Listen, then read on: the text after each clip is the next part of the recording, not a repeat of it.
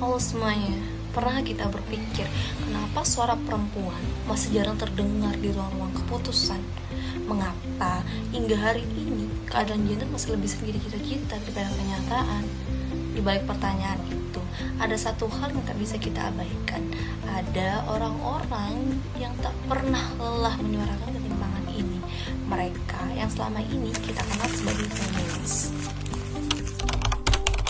Feminisme bukan sekedar gerakan untuk perempuan.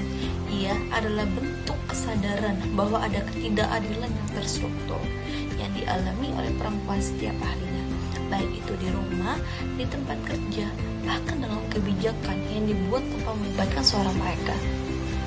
Di Indonesia sendiri, feminisme hadir bukan sebagai pengaruh asing, tapi lahir dari pengalaman kita sendiri. Dari Kartini yang menulis di balik tirai pingitan, hingga aktivis masa kini yang berjuang di media, di lapangan, bahkan ada di parlemen. Semuanya ingin hal yang sama, yaitu agar perempuan bisa didengar dan dihargai. Perubahan tidak datang begitu saja, bukan? Itu semua hasil dari perjuangan yang konsisten. Hari ini kita mulai melihat hasilnya. Pemerintah kini mendorong program kepemimpinan inklusif agar lebih banyak perempuan mengambil peran penting di pemerintahan. Di Papua misalnya, pelayanan cepat tanggap untuk korban kekerasan mulai diperluas, dan kuota politik bagi perempuan itu bukan hadiah, tapi hasil dari desakan panjang para feminis. Mereka bekerja di balik layar, menyusun strategi, mendorong kebijakan, dan tak jarang menghadapi cemooh demi satu hal, yaitu keadilan.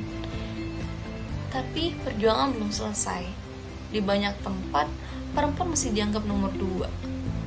Masih banyak yang dibatasi ruang geraknya hanya karena jenis kelamin. Stereotip masih kuat, upah masih timpang, dan representasi di politik masih minim. Bahkan sebagian tafsir budaya dan agama kadang dijadikan alasan untuk membatasi gerak perempuan. Padahal feminisme bukan untuk melawan keyakinan, justru mengajak kita semua menafsirkan ulang dengan lebih adil dan manusiawi terhadap perempuan.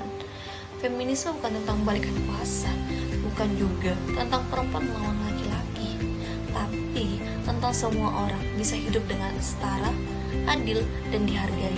Bayangkan jika perempuan bisa memimpin tanpa dibatasi, jika suara mereka didengar dan dihormati, dan jika hak mereka diakui tanpa syarat. Disitulah letak keadilan yang sesungguhnya. Mari kita bukan hanya penonton, kita bisa menjadi bagian dari gerakan ini. Bersama feminis bukan untuk melawan siapapun, tapi untuk memastikan semua orang tanpa terkecuali punya tempat dan suara yang layak didengar. Karena keadilan bukan hak istimewa, ia adalah hak semua manusia.